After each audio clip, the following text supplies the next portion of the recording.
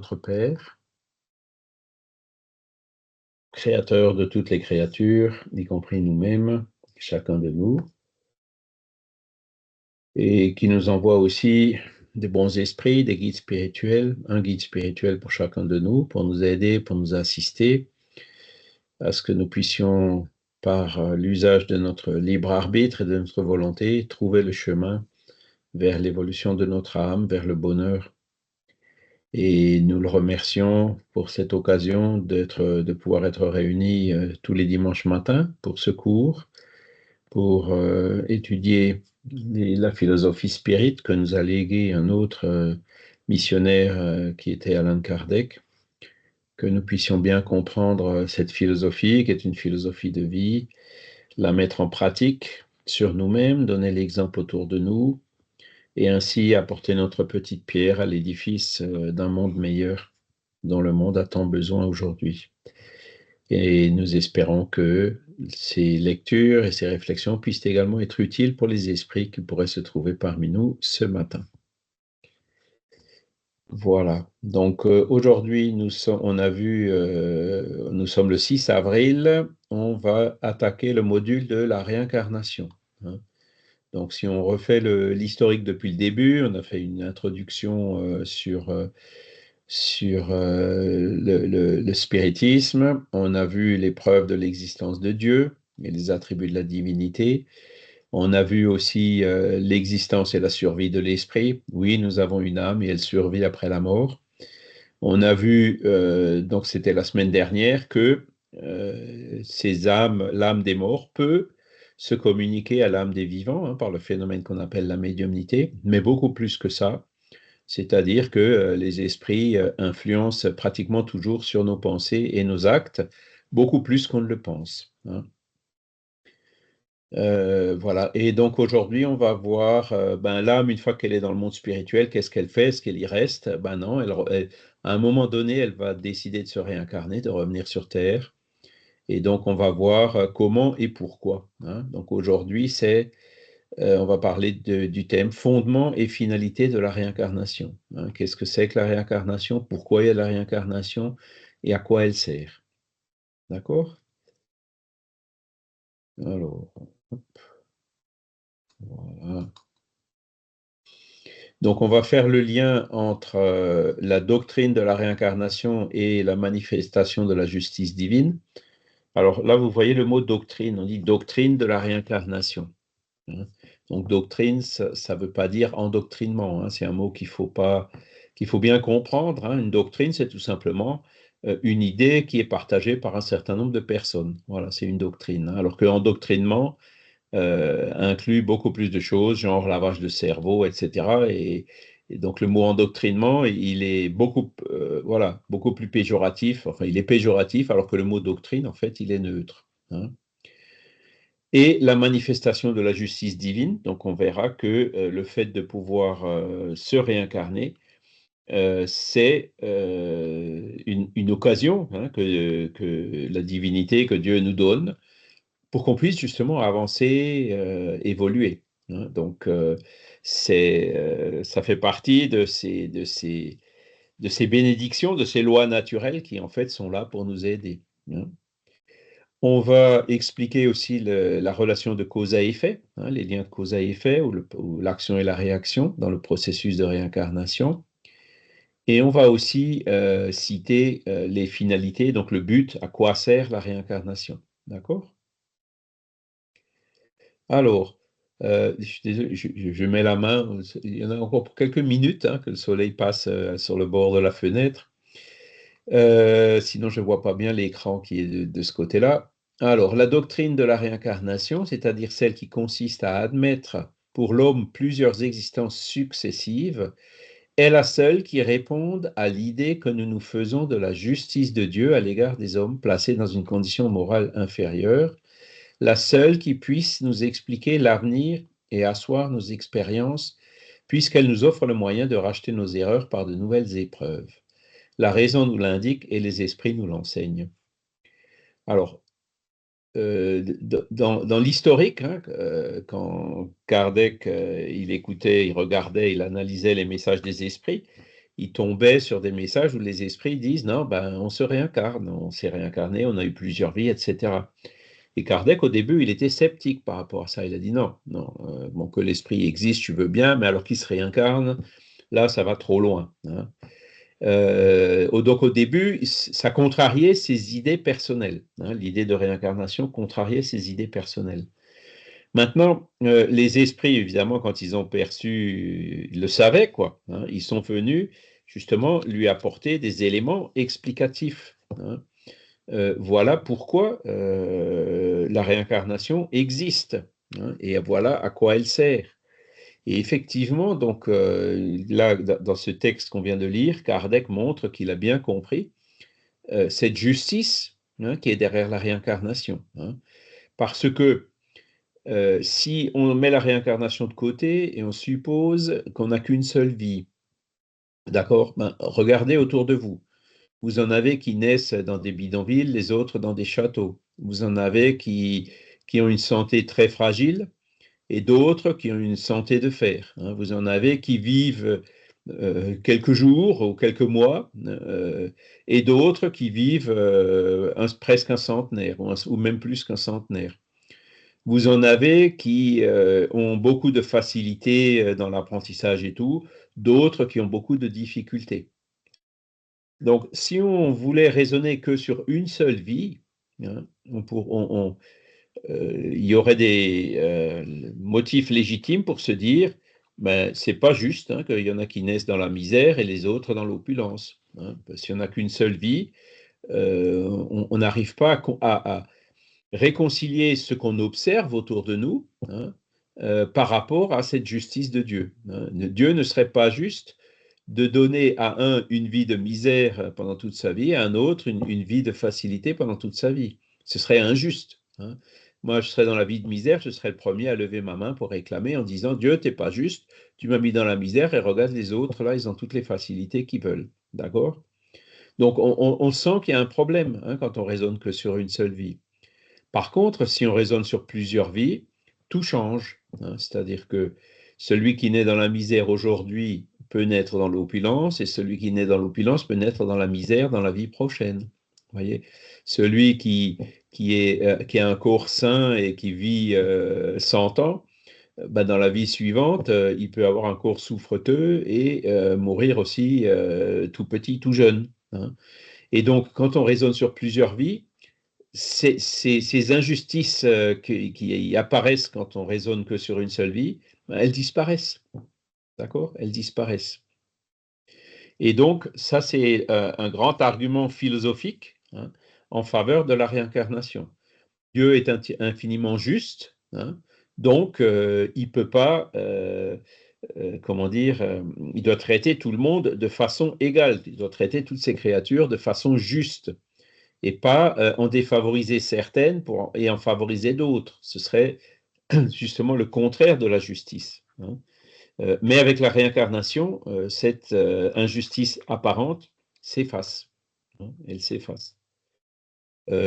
Donc, ça nous permet de comprendre beaucoup, beaucoup de choses. Hein. Aujourd'hui, vous avez des gens qui sont dans des situations très puissantes, qui font beaucoup de mal, qui s'en tirent bien, qui vivent dans des châteaux et tout. Hein. Voilà, la réincarnation nous dit aussi que, oui, peut-être dans cette vie, ils étaient dans ces conditions-là, ils avaient une chance de faire quelque chose de bien, ils ont peut-être abusé de leur pouvoir à leur fin personnelle, etc. Hein.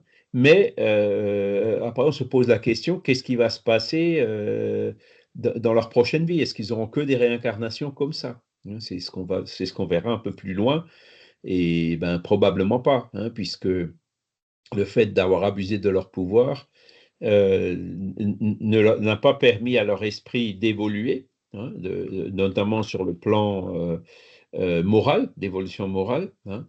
Et donc, ben, ce défaut d'évolution, il va bien falloir que l'esprit le compense un jour. Et c'est l'esprit lui-même hein, qui a abusé de ce pouvoir dans une vie, qui va lui-même choisir hein, une vie où il subira peut-être hein, l'abus de pouvoir de quelqu'un d'autre pour comprendre que abuser du pouvoir, c'est une mauvaise chose, et puis donc changer ses dispositions mentales pour pas qu'il refasse la même erreur. Hein. Voilà. Ça prend du temps. Hein. Une vie, c'est une seconde devant l'éternité. Hein. Mais voilà, on voit au moins le chemin qu'on prend, hein, et que la réincarnation, en fait, nous permet d'évoluer. D'accord? C'est la seule qui puisse nous expliquer l'avenir. Alors là, il faut se mettre dans la peau des personnes qui sont handicapées, des personnes qui sont pauvres, des personnes qui souffrent. Hein. Bon, qu'est-ce qu'on peut leur donner comme espérance pour l'avenir, hein? Si ce n'est de dire, OK, là, il y a une vie difficile d'expiation, mais il peut y avoir, la prochaine vie peut être bien meilleure. Hein. Donc, le fait d'avoir cette vision qu'on pourra avoir plusieurs vies, ben, ça nous permet de voir le futur et puis de le comprendre. Hein, un futur qui est même basé sur l'observation, hein, sur des preuves, et nous aider à traverser les difficultés qu'on peut avoir dans cette vie. D'accord? Voilà. Après, il en va de même avec, par exemple, la vieillesse. Hein. Vous avez des personnes qui supportent mal de vieillir.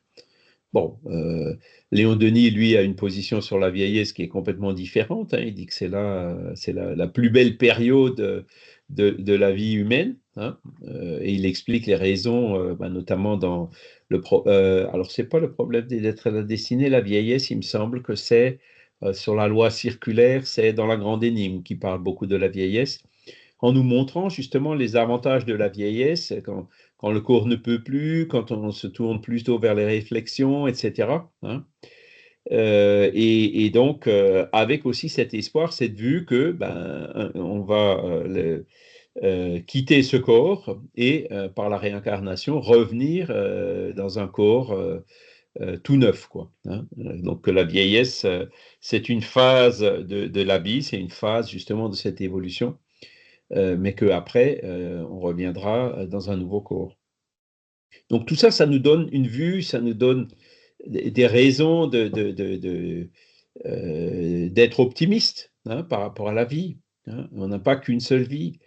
Kardec, il dit aussi là, elle nous offre le moyen de racheter nos erreurs. Hein. Alors, quand on arrive à la fin de la vie, oh là là, j'aurais pas dû faire ça, etc. Souvent, on le regrette à la fin de la vie, mais la plupart du temps, on le regrette que une fois qu'on est de l'autre côté. Hein. On se dit, ben, c'est vrai que là, j'ai abusé, j'aurais pu faire beaucoup de choses, mais je les ai pas faites. Ou là, il y a des choses que j'ai mal faites. Hein.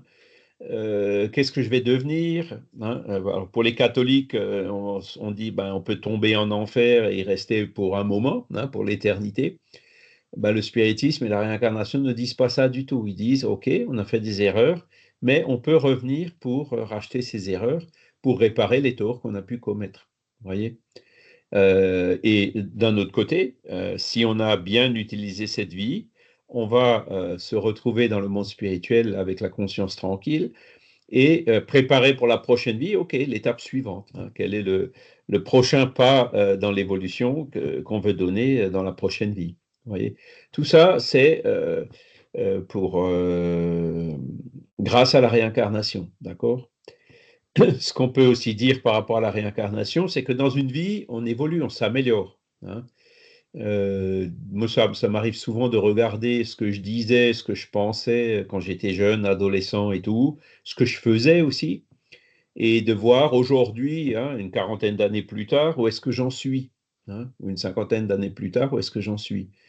Ben, quand je fais le bilan, je me rends compte que, bon, il y a des choses que je faisais que je fais plus, et que je regrette pas de ne plus faire. Hein. Donc, quelque part, je me rends compte que j'ai quand même réussi à évoluer un peu, j'ai quand même réussi à faire quelques pas. Maintenant, malgré cette évolution, je vois qu'il me reste encore beaucoup de pas à faire pour devenir un bon esprit. Hein. Donc, en une vie, c'est pas possible de passer d'un état d'imperfection hein, vers un état de perfection. On voit très bien que dans une vie, on arrive à évoluer, mais il en faut plus qu'une pour aller vers cette perfection. La même chose dans les connaissances. Hein. Dans cette vie, bon ben, j'ai réussi quand même à rentrer dans une école d'ingénieur, etc. Donc, un certain nombre de connaissances. Mais je me rends compte que j'ai encore énormément de lacunes dans les connaissances. Par exemple, j'ai dans cette vie aucune connaissance. Alors, je suis désolé de parler de moi, mais enfin bon, c'est pour vous projeter un petit peu à réfléchir aussi sur vous-même, hein, que je fais ça. Dans cette vie, j'aurais toujours bien aimé jouer de la guitare, par exemple, mais bon, j'ai jamais eu le courage ou le temps. Enfin, c'était pas pour cette vie, hein. Donc, ça viendra peut-être dans une prochaine vie, hein, vous voyez. Donc, on peut pas tout faire dans une vie, c'est pas possible, hein. Donc, merci mon Dieu de nous en donner plusieurs, et je sais qu'un jour, je maîtriserai aussi les instruments artistiques ou les domaines dans lesquels je suis complètement ignare aujourd'hui. Magali?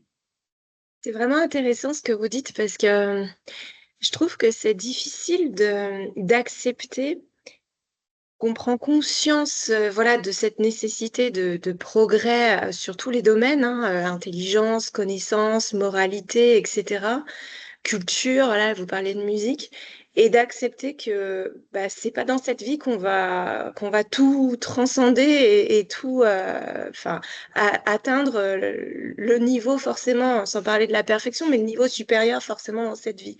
Moi, j'ai toujours eu l'impression dans cette vie actuelle d'être comme s'il y avait un blocage en fait dans mes apprentissages, dans ma connaissance. J'ai envie d'apprendre, d'intégrer 1000 notions, mais je suis bloquée, je pourrais en intégrer que 100. Enfin, je ne sais pas si vous comprenez ce que, Oui. ce que je veux dire, et c'est très très frustrant parce que parfois je me dis, mais enfin, je suis bête, quoi, c'est pas possible. Je sens qu'il y a un blocage. Alors, parfois, forcément, on se compare un petit peu à d'autres personnes qui ont des facilités bien plus grandes que les nôtres dans la compréhension, l'apprentissage.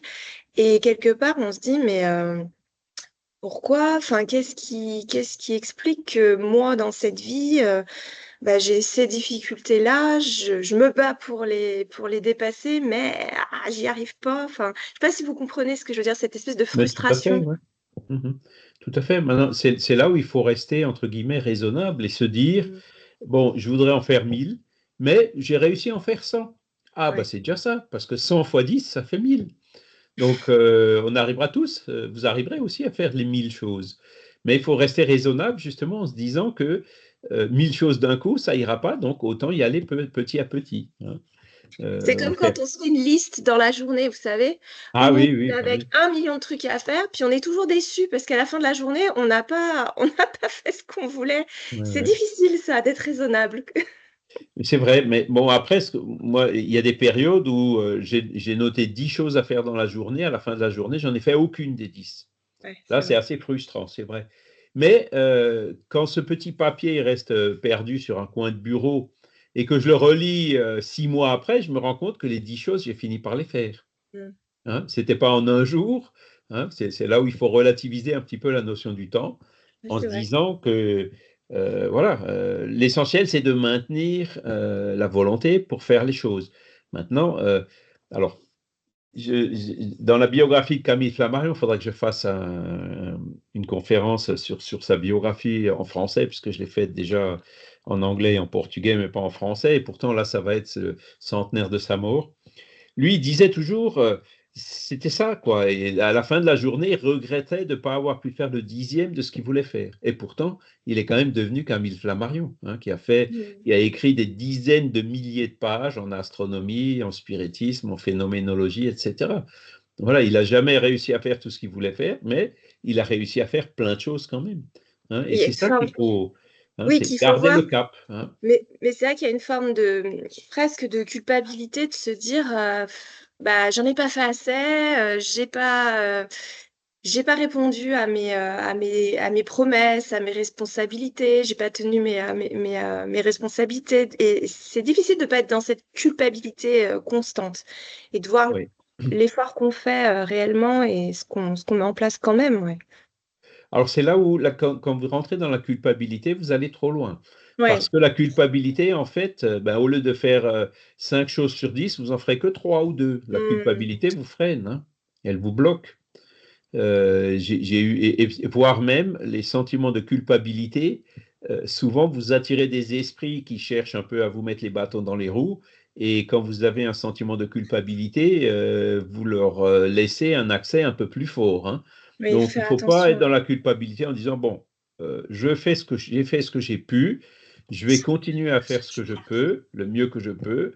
Je ne peux pas faire tout ce que je voudrais faire, mais le peu que je fais, au moins, je l'ai fait et c'est important. Vous voyez, Mm. pour effacer cette culpabilité. Ouais, je vois dans le travail, c'est pareil. À chaque fois, je me dis, ah, mais j'aurais pu faire ça, j'aurais pu faire ci. Là, j'ai fait très, très bien, mais la fois suivante, ben, j'ai un peu lâché parce que ça me demandait beaucoup d'énergie. Et c'est vrai que ouais, cette culpabilité, je pense que c'est un peu la bête noire à laquelle il faut être vigilant parce que, comme vous dites, c'est la petite faille qui laisse entrer des esprits perturbateurs, si je comprends bien. Voilà, voilà. Donc la Mm. culpabilité, il faut la mettre de côté en disant non, le peu que j'ai fait, c'est important, hein. J'ai quand même réussi à faire un peu, l'essentiel, c'est d'avancer. Parce qu'avec la culpabilité, si on a de la culpabilité, en fait, on avance encore moins. On Mm. voudrait avancer plus vite, on culpabilise, et à partir du moment où on culpabilise parce qu'on n'arrive pas à avancer plus vite, en fait, on avance encore moins vite. Donc, ce n'est pas une bonne solution, il faut la rejeter. D'accord. Franck?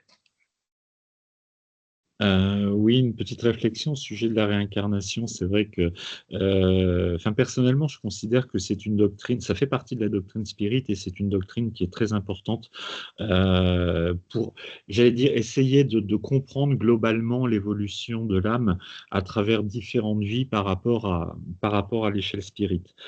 Après, ce que je trouve paradoxal, c'est que si on est, enfin, si on réfléchit à cela par rapport à sa propre vie, on est très troublé parce que comme ça vient d'être très, très bien dit, on est confronté à est-ce que j'ai fait, est-ce que j'ai bien fait, est-ce que j'ai mal fait, et on n'en sait rien du tout. Au final, c'est une doctrine qui est rassurante sur un plan général, mais qui individuellement peut nous poser peut nous poser des questions. Effectivement, on peut avoir des notions de culpabilité ou alors d'orgueil, hein, quasiment le contraire, et c'est pas très constructif.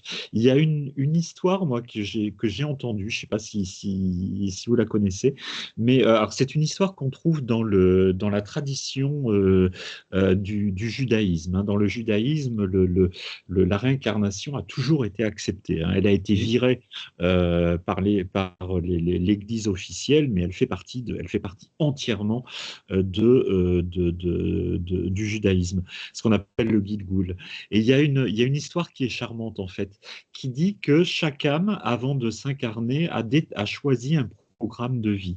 Simplement, si on se rappelle exactement ce qu'on a fait dans les vies précédentes, voilà, c'est une sorte d'hypermnésie, on n'arrivera plus du tout à vivre parce qu'on se dira, ah bah oui, mais bon, ce que j'ai vécu avant, c'était... Voilà. Donc, au moment de la naissance, il y a notre ange gardien qui se penche sur nous et qui nous met le doigt sur la bouche, en dessous le nez. Et en fait, ça explique pourquoi on a une fossette en dessous le nez sur la lèvre supérieure. J'ai toujours trouvé cette histoire absolument charmante. Et par contre, ce que ça veut dire, ce que ça enseigne, c'est très important. Il est nécessaire d'oublier ce que l'on a vécu. Peut-être qu'il en reste des traces de manière intuitive, peut-être, mais, euh, mais voilà, il faut vivre notre vie et en essayant de faire le mieux possible, et tout en sachant qu'effectivement, on a peut-être vécu d'autres vies avant, on en vivra peut-être d'autres après, et l'important, c'est de vivre notre vie actuellement, quoi. Mais si on se rappelle ce qu'on a vécu avant, c'est là où on risque de se poser trop de questions qui nous paralysent un petit peu. Enfin, c'est juste une remarque.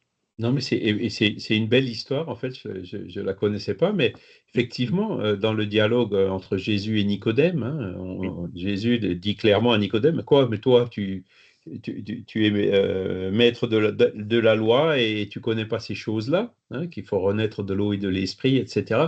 Donc voilà, donc ça prouve que les Juifs, effectivement, croyaient à la réincarnation. Ah oui, oui, Et oui. Jésus confirmait. Il n'est pas allé leur dire non, tes croyances sont fausses. C'est pas ça qu'il a dit.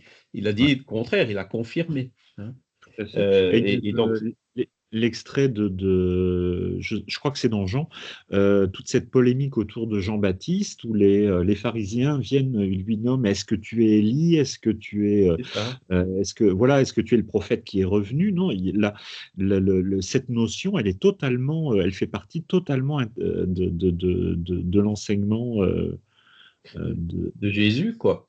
Oui, Et, absolument, absolument. et donc, c'est pour ça que les premiers chrétiens, les pères de l'Église, comme Origène, étaient réincarnationnistes. Hein. Ouais, ouais. Et il Et s'est la fait. réincarnation n'a été éliminée de l'encyclique, hein, du credo des chrétiens, que au fameux concile de Nicée, hein, quand le pape était sous le contrôle de l'empereur Justinien et de l'impératrice, qui eux ne pouvaient pas admettre qu'un jour il pourrait se réincarner en moins qu'en empereur, quoi. Hein. Ouais, Donc ils ont pressionné le pape pour qu'il l'enlève. Alors, ouais. c'est assez intéressant ces histoires, parce que dans les années 90, Roger Pérez m'avait demandé de faire une conférence à Lyon sur la réincarnation. Et donc, le local où on faisait les conférences, c'était un local qui était loué à des dominicains. Et Mhm. moi, j'étais un peu sidéré de dire, mais quoi, les dominicains qui nous laissent parler de réincarnation? Et après la conférence, on a eu l'occasion de parler avec le prêtre dominicain qui était là et qui s'occupait de l'intendance du local. Et je lui ai posé la question, je lui ai dit, mais vous pouvez m'expliquer pourquoi vous nous laissez parler de réincarnation chez vous? Et il m'a répondu en disant que, vous savez, je dois vous avouer que dans les universités de théologie, plus de la moitié des étudiants sont convaincus que la réincarnation, c'est une réalité. Alors je lui ai dit, ah bon, je suis tombé des nues. Et je lui ai dit, mais pourquoi alors le pape et puis les curés de campagne n'en parlent pas? Il dit, oh, ça mettra un peu plus de temps. Voilà. Donc, c'est pour ça que hein, il faut, voilà, toutes les religions orientales, hein, la plupart, hein, croient en la réincarnation, et même l'islam, Mahomet. Hein, un jour, j'ai eu une discussion assez longue avec un chauffeur de taxi ou un chauffeur de, comment ça s'appelle, Uber, hein, qui était musulman, et donc qui m'avait récupéré à la sortie du groupe Spirit où j'avais donné une conférence. Donc il m'a dit, ah, c'est quoi ce groupe? Qu'est-ce que vous faites là? Ah bon, mais vous étudiez une philosophie? Alors, non, évidemment, je réponds, moi. Et donc, comme fallait traverser tout Londres, au bout d'une heure de route, quand on est arrivé, il m'a dit, bah, écoutez, moi je suis musulman, et tout ce que vous dites, j'y crois. Il y a un seul, ça correspond tout à fait à ce que je crois, mais il y a un point sur lequel je bloque, c'est la réincarnation. À l'époque, vous voyez, j'étais encore un peu ignare, parce que je ne savais pas que dans le Coran, hein, par exemple dans la sourate de la vache, eh ben, il y a des allusions très claires à la réincarnation. C'est ce que j'ai appris plus tard grâce à Fatima Medjahed, et elle nous a d'ailleurs fait une conférence aussi là-dessus, hein, la réincarnation dans l'islam, en listant toutes les sourates qui effectivement parlent de réincarnation. Donc, vous voyez, c'est quelque chose qui vient de loin. Hein, c'est pas une invention d'hier. Hein, c'est pas une invention de Kardec. Kardec, lui, personnellement, il y croyait même pas. Hein, mais il s'est rendu à l'évidence devant les arguments.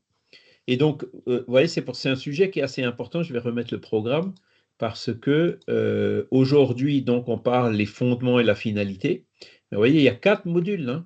La semaine prochaine, on va parler des preuves, hein, donc les réminiscences que tu as citées, Franck, hein, entre autres. Hein. On va parler ensuite du retour à la vie corporelle, donc le programme de la réincarnation dont tu as parlé aussi, que apparemment les Juifs connaissaient déjà. Et le quatrième, c'est pourquoi la période de l'enfance et l'oubli du passé, dont tu as parlé aussi. Hein. Donc c'est le programme d'aujourd'hui et des 3 semaines à venir pour voir tous les aspects de la réincarnation. Parce que ce qu'il faut savoir aussi, c'est que beaucoup de spiritualistes anglais, vous savez, ceux qui découlent de Hydesville et tout ça, hein, qui pratiquent la médiumnité, qui croient en Dieu, qui croient en l'évolution, en fait, ils ne croient pas en la réincarnation. Hein. Il y en a une grande partie qui n'y croit pas. Bon, Kardec l'explique, hein, on en parlera peut-être un petit peu dans un des prochains cours. Ils auraient bloqué si on leur avait mis trop de lumière en une fois, ça les aurait éblouis, hein. Donc, c'est plus, les esprits se sont abstenus de parler de la chose, mais ils ont quand même fait que un monsieur qui s'appelle Ian Stevenson se réincarne aux États-Unis, là où ils sont justement le plus sceptiques, hein, pour leur prouver par A plus B, en se basant sur des phénoménologies, des réminiscences d'enfants, des marques de naissance et autres, hein, que effectivement il y a énormément d'éléments qui indiquent la réincarnation. Voilà. Donc ils vont finir par se rendre à l'évidence eux aussi. Il faut rester un peu patient, quoi. Voilà. Et donc là, on parle de la réincarnation comme correspondant à la justice divine, hein. Sur une seule vie, effectivement, on ne retrouve pas cette justice divine. Pourquoi il y a des personnes qui souffrent? Pourquoi il y a des personnes qui sont tuées dans des tremblements de terre? Pourquoi est-ce qu'il y a des personnes des enfants gazaouis qui meurent sous les bombes, des Ukrainiens et autres? On ne peut pas comprendre la justice de Dieu, hein, pourquoi Dieu laisse faire des choses comme ça. Voilà. C'est que la réincarnation qui arrive à nous sauver, qui arrive à nous permettre de comprendre de façon juste ces événements-là, hein, en expliquant que, premièrement, la mort, c'est pas la fin de tout, mais c'est l'âme qui se libère du corps physique, et deuxièmement, que cette âme peut venir se réincarner pour continuer ce qu'elle n'a pas pu faire dans cette vie qui a été abrégée par le tremblement de terre ou par la bombe qui a explosé à côté de lui, hein. Et donc là, la réincarnation nous permet de le comprendre et permet aussi de comprendre ce problème du mal qui est quand même assez fondamental, que c'est pas Dieu qui laisse faire le mal Dieu donne à l'être humain le libre arbitre, et c'est donc l'être humain par le mauvais usage du libre arbitre qui fait le mal. Donc le mal n'est pas généré par Dieu ou n'est pas laissé faire par Dieu. Le mal, il est fait par les humains en vertu du mauvais usage du libre arbitre. Si on avait le libre arbitre et qu'on pouvait faire alors qu'on ne pourrait faire que le bien, on ne serait pas libre. Le fait d'être libre, justement, c'est de pouvoir faire autant le bien que le mal et de se rendre compte par nous-mêmes que il n'y a de salut que dans la pratique du bien. D'accord? Et que le mal finit toujours par nous retomber dessus. Et il va falloir justement qu'on rachète nos erreurs dans des prochaines vies, hein. Donc ceux qui ont des dizaines, voire des centaines, voire des millions de morts sur la conscience, imaginez le travail qu'ils ont pour réparer tous ces torts qu'ils ont pu commettre dans une vie où ils ont promu justement des conflits et des guerres. Voilà. Ils y échapperont peut-être par la justice humaine, hein, mais par la justice universelle ou la justice divine, ils n'échapperont pas. Ils vont être. C'est aussi ça la réincarnation, hein. Celui qui a fait le mal, hop, je m'en lave les mains, je disparais, on n'en parle plus. Non, non, non, non, non. Il va falloir qu'il y ait. Alors, je ne veux pas dire un par un, hein, parce que pour des millions, ça prendra du temps. Mais il va falloir qu'il rachète toutes les erreurs et qu'il répare tous les torts qu'il a pu commettre. Voilà. Donc, c'est quelque chose qui est logique. La réincarnation, c'est quand même un des piliers fondamentaux dans la cohérence globale de la philosophie spirit, hein, l'âme, Dieu, l'âme, d'où elle vient, où elle va, pourquoi il existe toutes ces disparités sur Terre, toutes ces inégalités apparentes. Hop, la réincarnation permet de tout niveler et de tout remettre en cohérence avec cette infinie justice divine. D'accord? Et donc, après, voilà, il y a des enfants qui naissent et qui, encore enfants, ils ont des leucémies et ils meurent. Pourquoi Dieu laisse faire des choses comme ça?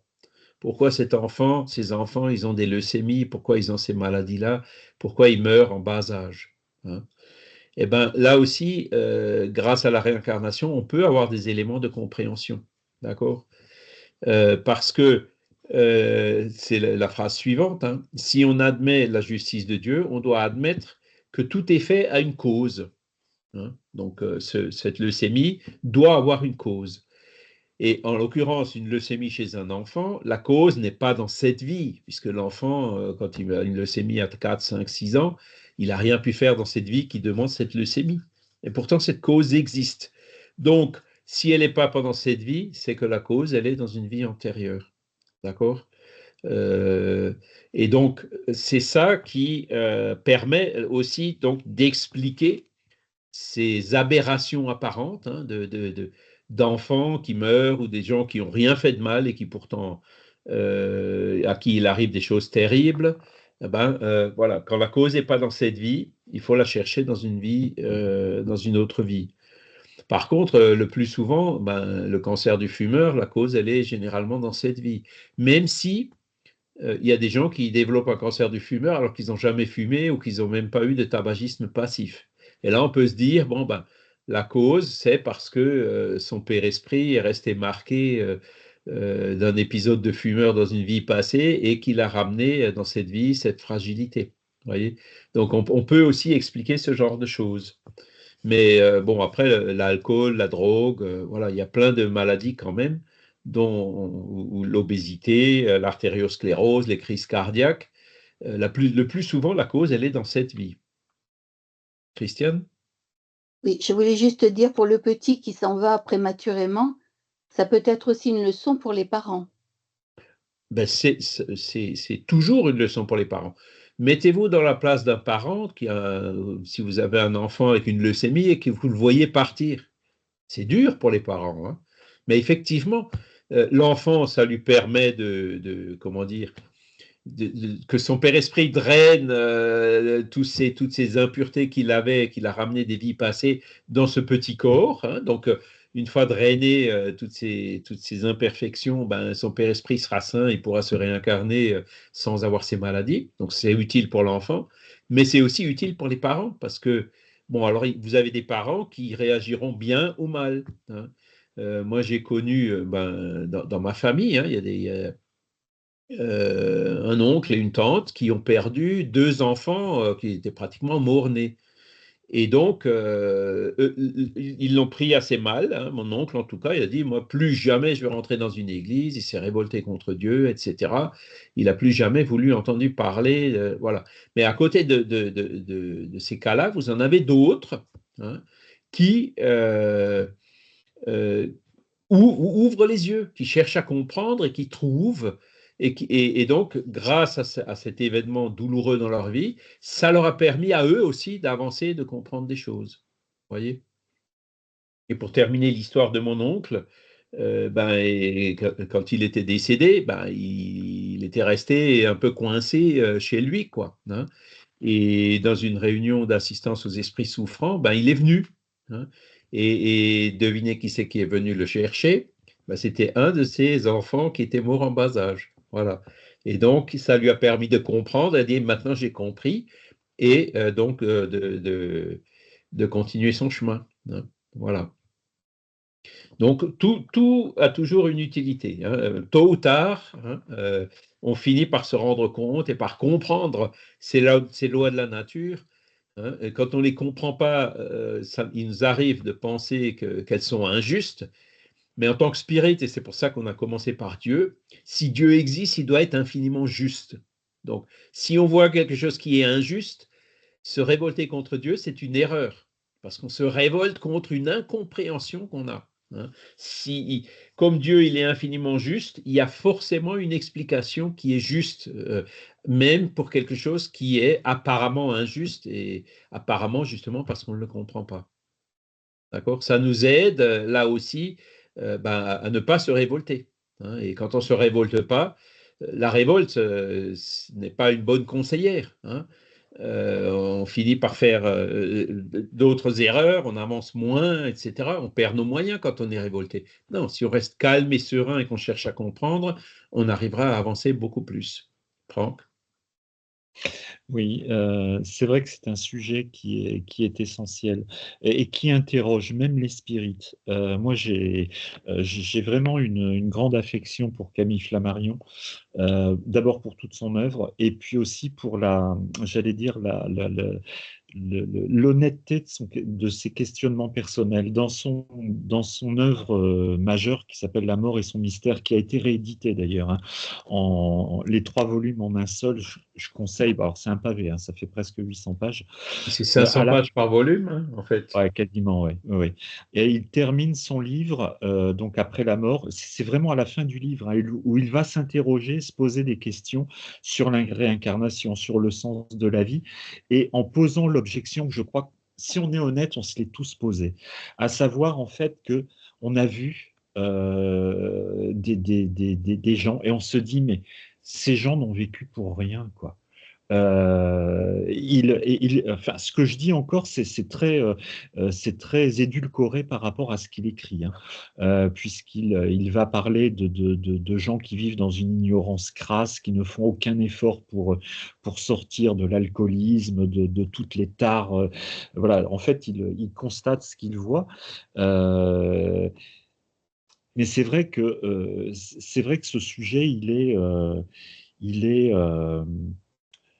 il est essentiel, quoi. Et ça nous renvoie en fait à ces questionnements, quoi. Quel est le sens de la vie? Quel est comment comprendre en fait que et en s'incluant soi-même, parce qu'on l'a peut-être vécu, que l'on puisse vivre une vie qui alors Camille Flammarion dit qu'il ne sert à rien, mais je pense qu'il parle en tant que scientifique, d'intellectuel.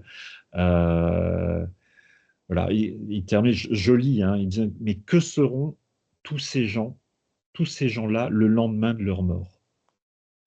Et les millions de paysans qui n'ont jamais pensé à rien, dont l'horizon tient dans une coquille de noix, et les innombrables badauds des grandes villes, etc., etc. Enfin, il va dérouler tout un discours qui peut paraître un peu choquant, hein, d'ailleurs, parce qu'il n'y va pas de main morte. Mais je pense qu'il est très honnête en s'interrogeant sur cela.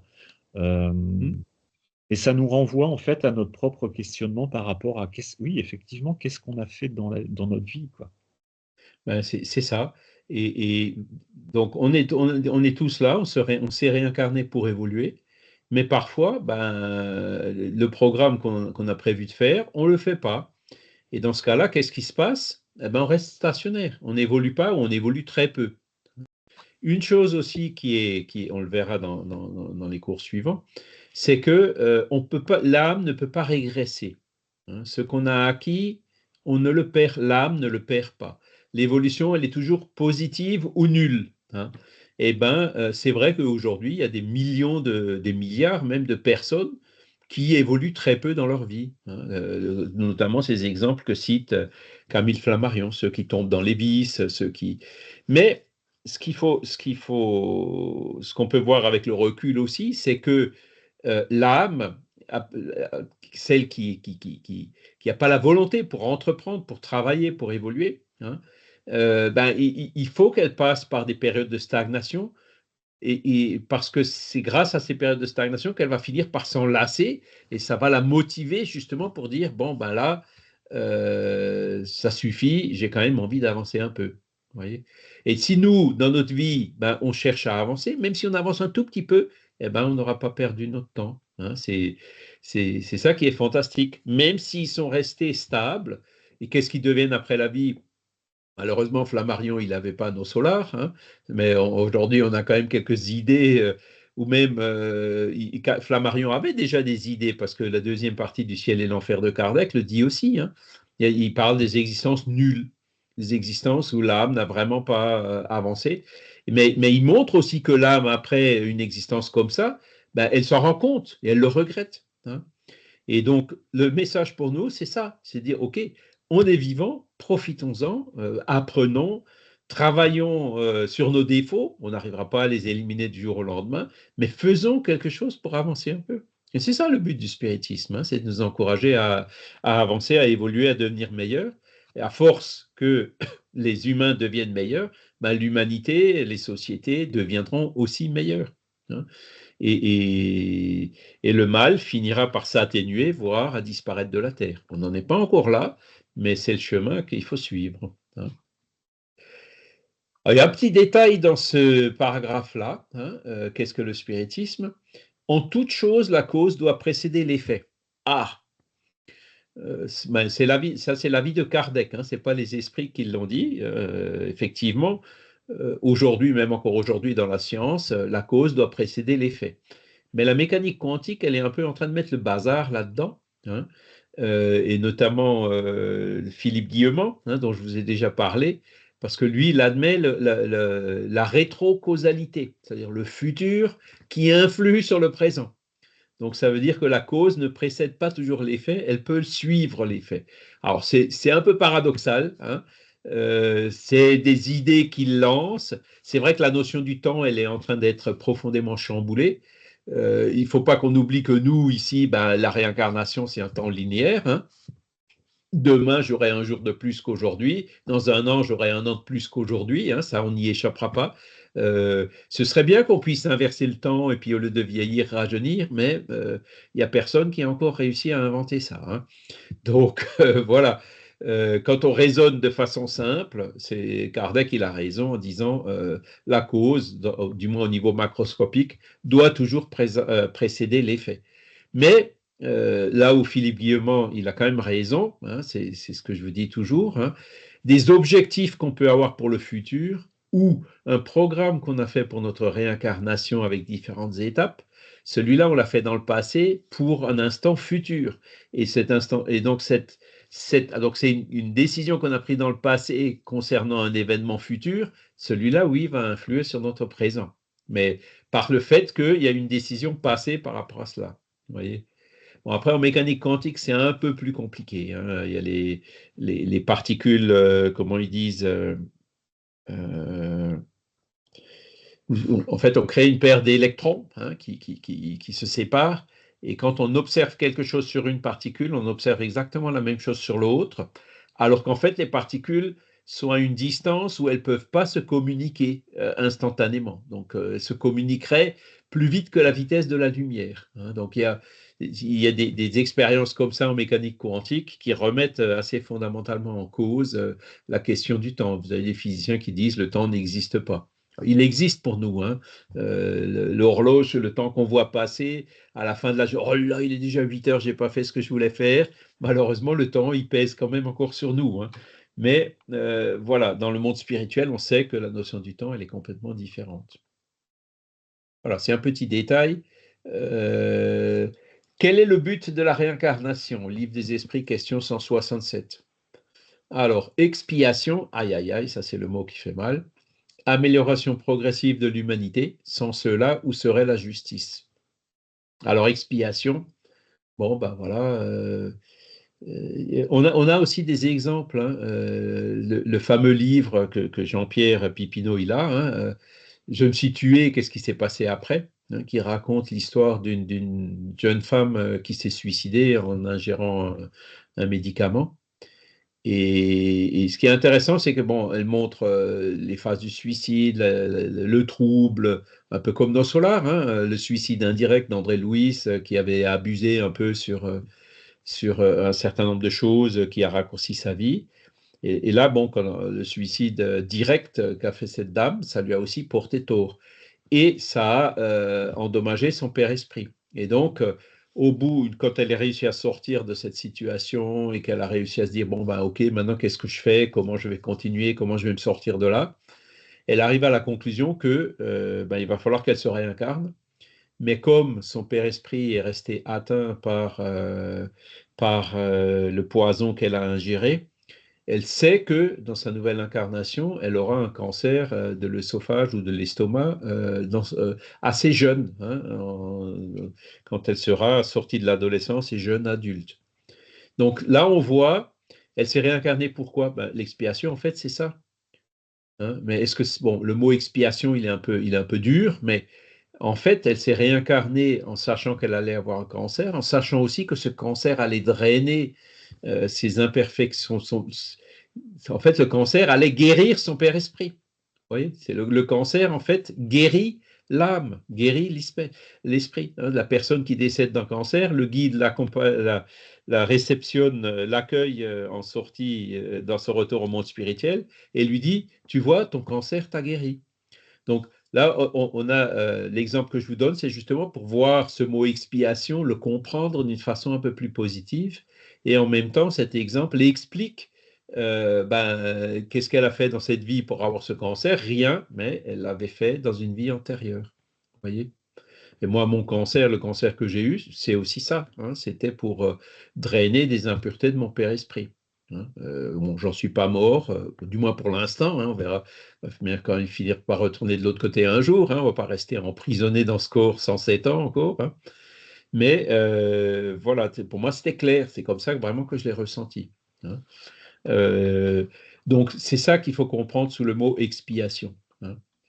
Amélioration progressive de l'humanité. Ben oui, c'est donc la réincarnation sert à l'évolution de l'esprit qui se réincarne. Hein.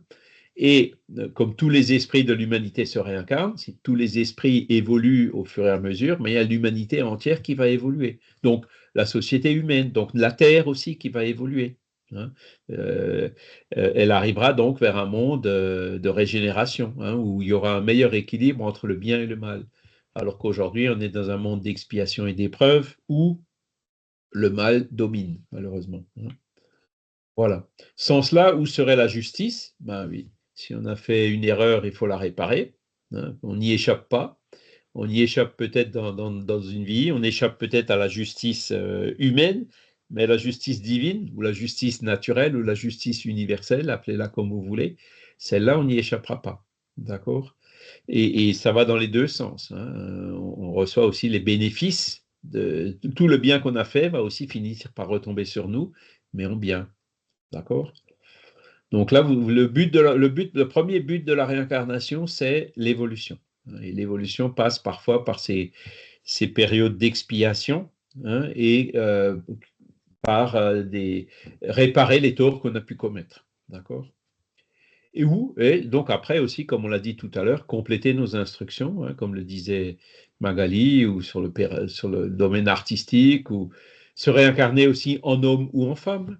Hein. Si on se réincarne qu'en homme ou qu'en femme, ben, on ne saura pas ce que c'est que le sexe opposé. Hein. Donc ça fait aussi partie de notre évolution. Voilà.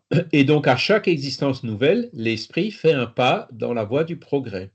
Quand il s'est dépouillé de toutes ses impuretés, il n'a plus besoin des épreuves de la vie corporelle. Donc à chaque réincarnation, notre âme évolue. Hein.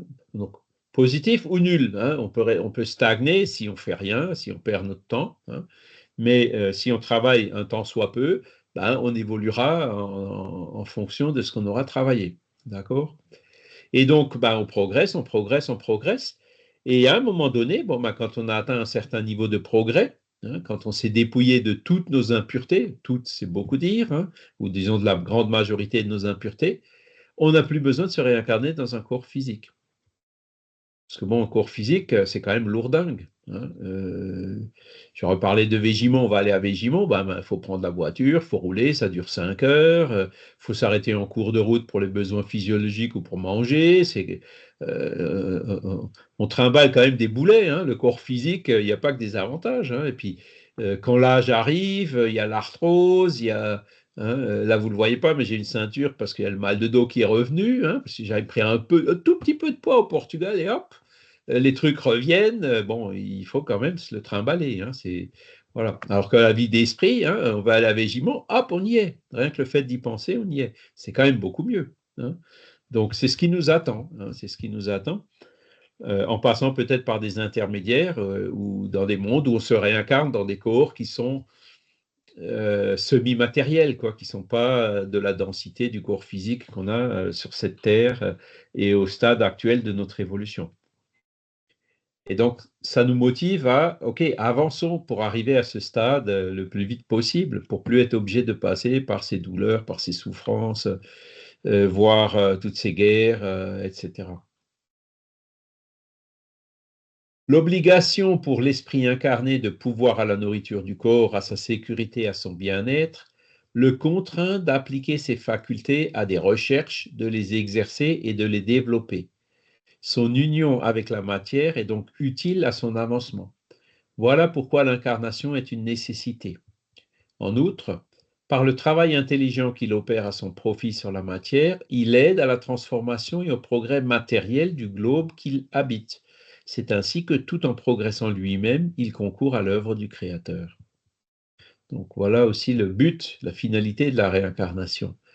Donc, on peut se dire, tiens, ben, nos solars, c'est bien, quand vous regardez le film, wow, c'est super, tout le monde il est beau, tout le monde il est gentil, hein, il y a un lac, des fleurs, des gens qui jouent de la musique, pourquoi on ne pourrait pas rester là-bas, hein? Et le film le montre bien, hein. Il montre la famille où André Louis a été accueilli là-bas, ben, la mère qui va se réincarner, tout le monde qui pleure, tout le monde qui est triste, et puis elle est là dans le fameux, avec la rampe là, hein, pour monter vers le ministère de la réincarnation, ou je ne sais plus comment il l'appelle, hein. Et puis donc au revoir avec, hein, c'est un peu comme si une mort, hein, une mort spirituelle, elle vient pour se réincarner sur la terre. Pourquoi elle a fait ce choix, hein? Ben, l'explication elle est là. Euh, pourquoi est-ce qu'on ne peut pas évoluer dans un monde à l'état d'esprit, hein? Pourquoi on est obligé ou on est contraint de se réincarner pour pouvoir évoluer? Ben, c'est expliqué là. Le fait de travailler pour manger, hein, travailler, alors soit travailler dans les champs, soit travailler pour gagner de l'argent pour pouvoir acheter de la nourriture. À la sécurité, il faut avoir une maison, il faut s'abriter, etc., hein. À son bien-être, hein, on va quand même chercher un petit peu de confort, pas de luxe évidemment, mais un petit peu de confort, hein. Et ben, ça nous contraint en fait à travailler, à appliquer nos facultés, à rechercher, à des recherches, de les exercer, de les développer. Et le fait de travailler, le travail, en fait, hein, qu'on est obligé de faire quand on est réincarné, hein, du moins pendant une période donnée, hein, pendant, je ne sais pas, je peut-être tabou ce que je veux dire, les 42 ans ou les 40, je ne sais pas combien de trimestres, là, hein, bon, on est contraint ça nous oblige à travailler. Et le fait d'être obligé à travailler, ben, comme on travaille en avance, ben, quelque part, l'avantage d'être obligé de travailler pour pouvoir à la nourriture, à la sécurité, au bien-être, et ben, en même temps, ça nous fait évoluer. Ça nous aide à évoluer.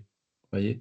Alors qu'à nos solars, bon, ils sont aussi obligés de travailler, hein. Ils ont quand même mis un système de bonuseurs ou je ne sais quoi, hein, où après, ben, grâce à ça, ils ont certains droits, hein. Je me souviens aussi la dame qui demandait je ne sais quoi, là où André Louis, il était dans une salle où il voulait passer devant, et puis il a dit non, non, faut attendre votre tour, hein. Et à la fin, il n'y a plus que lui et une autre dame. Et puis il fait venir la dame et il le fait venir aussi à côté. Et il parle à la dame, oui, mais qu'est-ce que vous avez fait hein, pour mériter ce que vous me demandez? Puis André Louis, il lui a rien dit, hein. Il était là-bas, il a écouté, il a tout compris, hein. Donc voilà, donc même à l'état spirituel, en fait, on travaille. Mais dans notre niveau d'évolution, on a encore besoin, notamment ce que j'ai expliqué tout à l'heure, hein, notre Père Esprit André Louis, il s'est certainement réincarné aussi, hein, il a peut-être eu des fragilités au niveau du foie, au niveau du rein, au niveau des maladies qu'il a eues, hein, parce que, comment dire, ils l'ont magnétisé, il a fait tout ce qu'il a pu pour soulager ses marques dans son Père Esprit quand il était à nos solaires, mais après, pour vraiment drainer, pour vraiment terminer ce travail de purification, ben, souvent, il n'y a que l'incarnation dans un corps physique qui le permet. Et ces leucémies d'enfants en bas âge, il faut le voir comme ça aussi, hein. Ces leucémies ont permis, ces enfants ont guéri de cela. Il y a un autre cas qui est assez parlant, qui a été cité d'ailleurs par Richard Simonetti. Je ne sais pas si vous avez vu, il y a un nouveau livre qui est sorti sur lui. C'est la médiumnité, ce qu'il faut savoir, hein, parce qu'il y a le suicide, ce qu'il faut savoir, et là donc Qui a peur de la mort, hein, qu'il a écrit aussi, c'est des livres qu'on a traduits en français. Et donc celui-ci qui parle de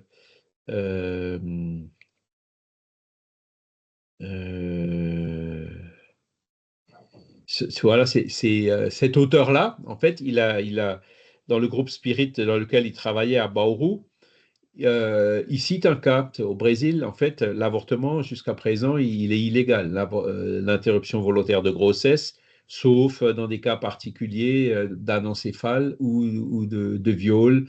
Voilà, l'avortement au Brésil est pour l'instant encore interdit. Pour l'instant, on espère que ça va durer. En tout cas, il résiste, hein. Et il cite un cas justement d'un couple la femme est tombée enceinte et dans les diagnostics prénataux, ils ont établi le fait que le fœtus était anencéphale. Anencéphalie, en fait, c'est comment dire, un défaut au niveau du développement du cerveau et en général, les bébés naissent et meurent au bout de quelques minutes, quelques heures, quelques jours et exceptionnellement au bout de quelques années, hein. Et donc, ils lui ont tous conseillé, bon, ben voilà, vous pouvez avorter, faire une interruption volontaire de grossesse, enfin, ou même médicale de grossesse dans ce cas-là, ou presque, hein. Et ils ont dit non, on veut pas, on veut laisser la grossesse arriver à terme, laisser faire la nature en gros, quoi. Et donc la grossesse est arrivée à terme, l'enfant, elle a accouché de l'enfant, et puis l'enfant, il est mort au bout de quelques heures. Et donc évidemment, c'est une épreuve difficile pour les parents, hein. Mais quelques temps après, ils sont allés dans un groupe spirit, et ils ont reçu une communication de cet esprit-là qui leur a dit, merci de m'avoir laissé naître, hein, parce que ce fœtus anencéphale m'a justement permis de guérir mon père esprit. Et maintenant, je vais pouvoir me réincarner en tant qu'enfant normal, et puis je vais le faire chez vous.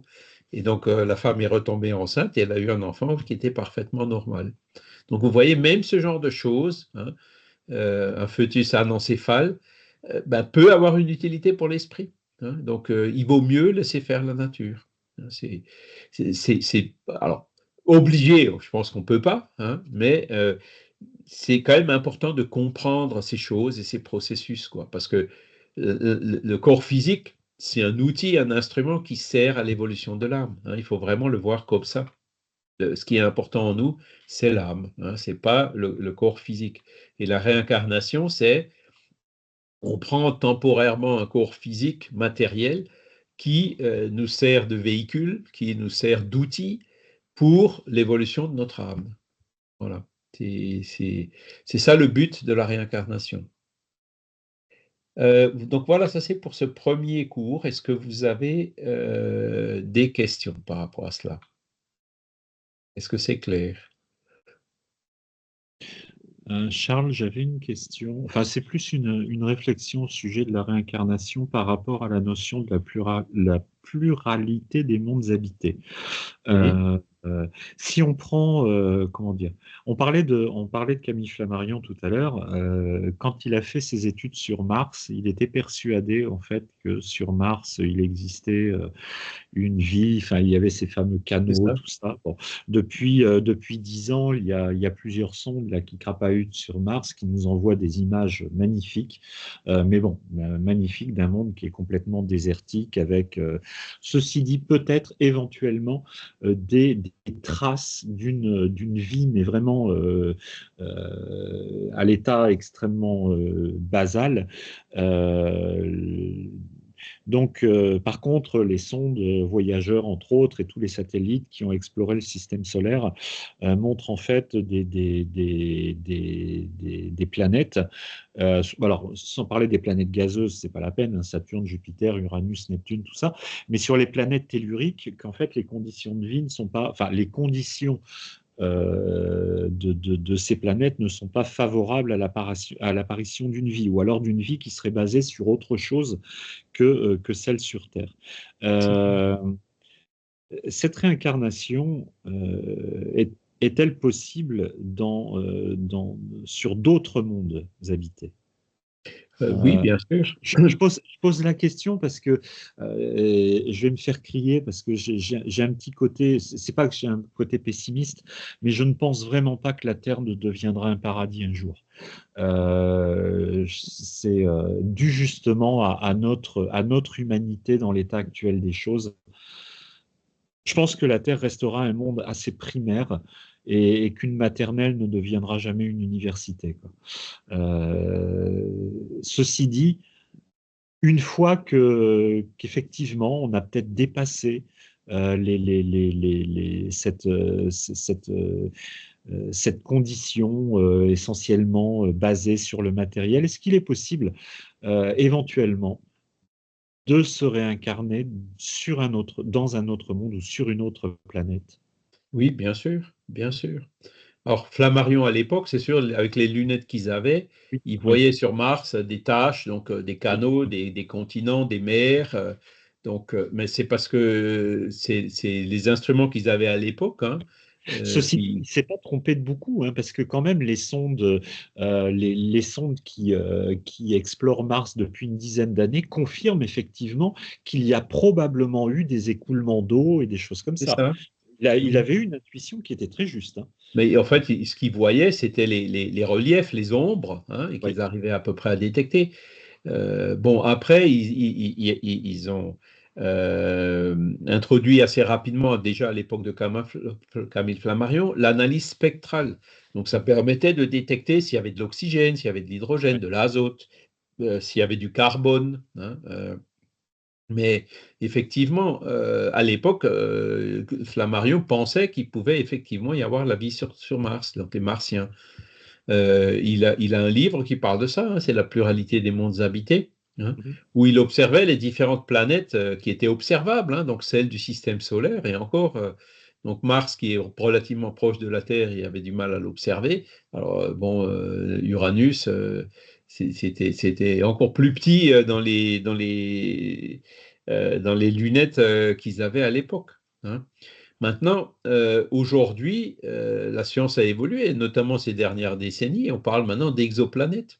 Et oui. des exoplanètes, on a déjà trouvé des milliers et des milliers, dont certaines qui ont une taille, qui sont à une distance de leur astre tout à fait compatible avec la Terre, sur laquelle il peut très bien y avoir de la vie euh, similaire à celle qu'on connaît sur la Terre, hein. Alors, effectivement, la vie incarnée comme nous on est incarné, on ne pourrait pas survivre ni sur la Lune, ni sur Mars, ni sur aucune des planètes du système solaire. Mais on pourrait très bien se réincarner de façon similaire à ce qu'on est aujourd'hui sur une de ces exoplanètes. Et on sait qu'on en a déjà trouvé des milliers, mais qu'il y en a des millions et des millions, hein, dans l'univers. Donc oui, c'est tout à fait possible. Alors tu dis que la Terre ne sera jamais, Non, ça, maternelle ne deviendra jamais une c'est un université. avis personnel. Alors ça, c'est dû au fait que, c'est ce que dit Léon Denis. Léon Denis dit que les esprits individuellement évoluent plus vite que la société en général, hein. Et en fait, je pense qu'il a raison dans ce qu'il dit, hein. Les esprits évoluent plus vite que la société humaine en général parce que il y a un repeuplement qui se fait, il y a des esprits qui viennent se réincarner sur la Terre, mais qui proviennent de mondes qui sont moins avancés que la Terre. Ils proviennent d'autres mondes qui sont comme était la Terre il y a 10 000 ans, il y a 50 000 ans, il y a 100 000 ans, hein, l'homme des cavernes. D'accord? Et donc, alors que d'un autre côté, les esprits qui ont suffisamment évolué sur la Terre, eux, vont déjà aller se réincarner sur un monde qui est meilleur. D'accord? Donc, si nous, aujourd'hui, on est sur la Terre, hein, c'est parce que la Terre nous donne les conditions pour notre évolution actuelle, nous donne les meilleures conditions. Elle correspond, on est dans l'intervalle, hein, des niveaux d'évolution qui existent sur la Terre. Dans cet intervalle, vous avez du côté haut, hein, des esprits évolués, des missionnaires, hein, ou ceux qui justement cherchent à aider, à faire progresser les autres qui sont en dessous. Et vous avez de l'autre côté des esprits qui ont été créés relativement récemment, qui sortent à peine de l'homme préhistorique et qui, sur la Terre, sont complètement inconscients, etc. C'est ce que tu citais en lisant le livre de Camille Flammarion. Voilà, donc cet intervalle, il y a une certaine. On est tous mélangés justement pour que les plus évolués puissent aider les moins évolués à avancer. Maintenant, est-ce que la Terre évoluera ou pas? Elle évolue moins vite, mais elle évolue quand même. Aujourd'hui, on peut se placer dans un scénario catastrophe en se disant, bon, ben voilà, il y a un certain nombre d'abrutis, hein, qui ont à portée de leur main un bouton, et s'ils appuient sur ce bouton, l'humanité disparaît de la Terre. C'est un risque qui existe toujours. On en a pris conscience dans les années 60, que l'homme pouvait détruire sa propre planète. Eh ben, ce risque, il est toujours là. Beaucoup de personnes raisonnables ne feraient jamais ça, mais bon, ce n'est pas toujours les personnes raisonnables qui arrivent à la direction des pays et qui se retrouvent devant ces boutons, malheureusement. Mais donc, si on prend le scénario catastrophe où on se dit la Terre va être détruite, non, c'est l'humanité qui va disparaître de la Terre. Mais la Terre, elle va se régénérer. Oui, en fait, Regarde Tchernobyl.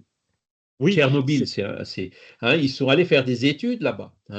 Il n'y a plus d'êtres humains là-bas parce qu'il y a trop, c'est trop, etc. Mais la faune, au début, il y a eu des malformations, un certain nombre de choses. Et là, en fait, ils sont en train de constater qu'il y a eu des adaptations. Que les corps vivants, le vivant s'est adapté à ces circonstances et donc va finir par régénérer tout ça. Et avec le temps, la radioactivité s'estompe et se réduit, même si elle disparaît jamais complètement. Donc, même si on fait tout péter sur la Terre, elle continuera et se régénérera. Elle n'a pas besoin de nous. Au contraire, c'est nous qui, en ce moment, lui portons le plus de préjudice, tu vois. Sans viser en fait des scénarios catastrophes comme ça qui sont assez anxiogènes. Là encore, dernièrement, je veux dire, le gouvernement qui nous pond un kit de survie pour 72 heures, c'est un côté ridicule en même temps. Mais on est toujours sur cette. Je ne l'ai pas vu encore, mais bon. Moi non plus. Mais bon. On ne sait jamais, ça peut être utile. Oui. Mais il ne faut pas le prendre négativement. Désespérant, c'est qu'en fait, je crois que une grande majorité des gens sur Terre sont animés d'une bonne volonté et veulent que les choses aillent mieux. Mais voilà, il suffit toujours d'une minorité qui sont animés par un esprit de destruction, de choses. Il est beaucoup plus facile de détruire en une journée ce que l'on a mis 10 ans à construire. Et c'est ça qui est terrible. Après, lorsque l'être humain se retire, entre guillemets, et je vais prendre l'exemple du confinement avec le Covid, moi je l'ai vécu d'une manière assez particulière. Bon, c'est vrai que ça a été pénible pour certaines personnes, mais j'ai trouvé ça assez extraordinaire. En fait, la nature a repris ses droits. Sur le plan purement naturel, certaines espèces animales sont réapparues spontanément.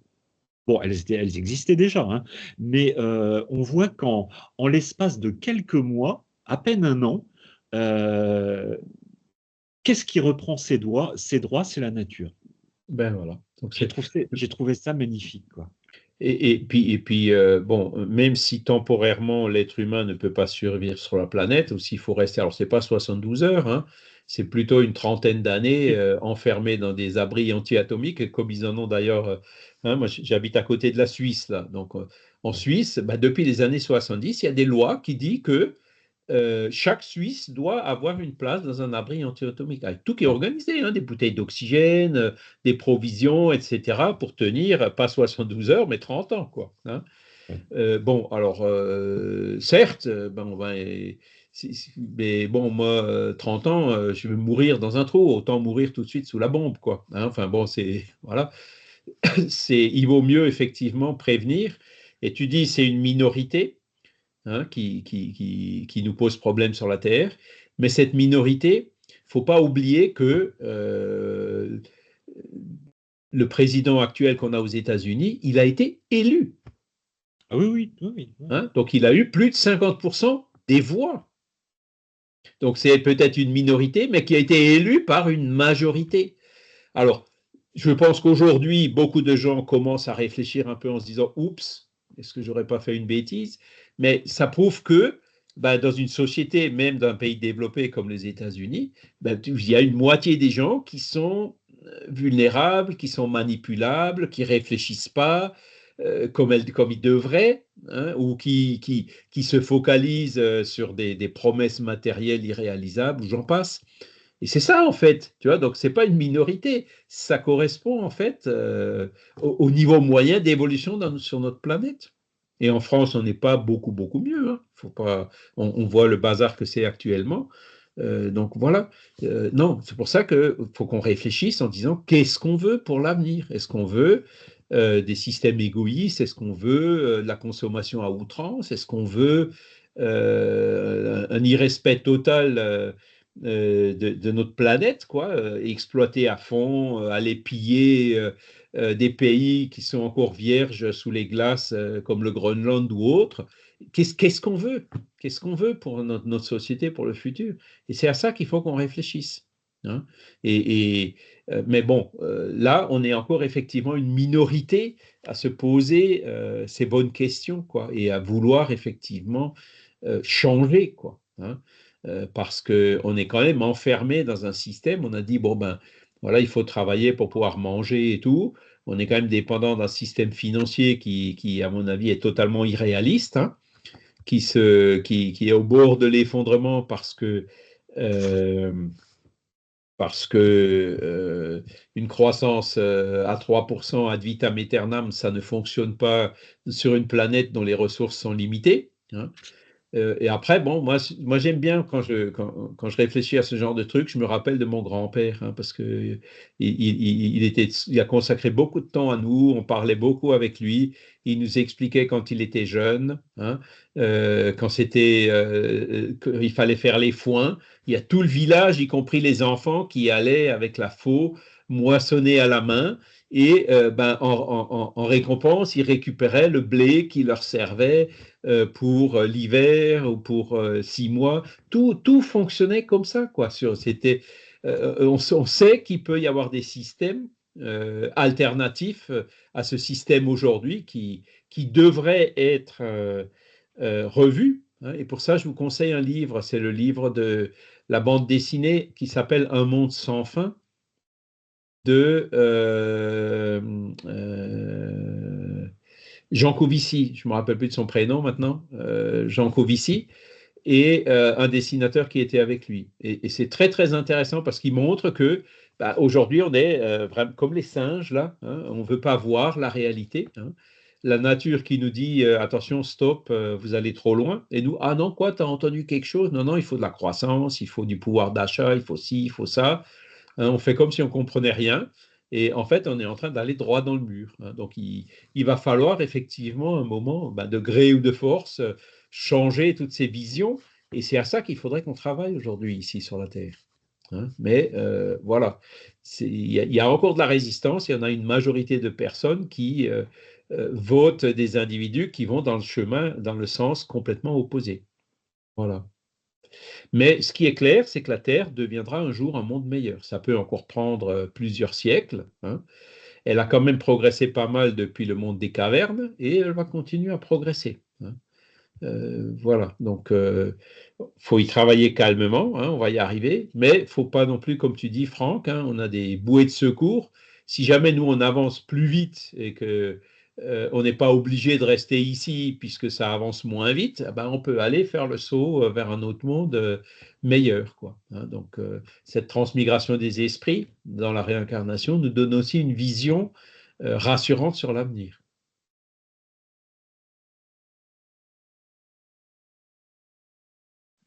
Oui.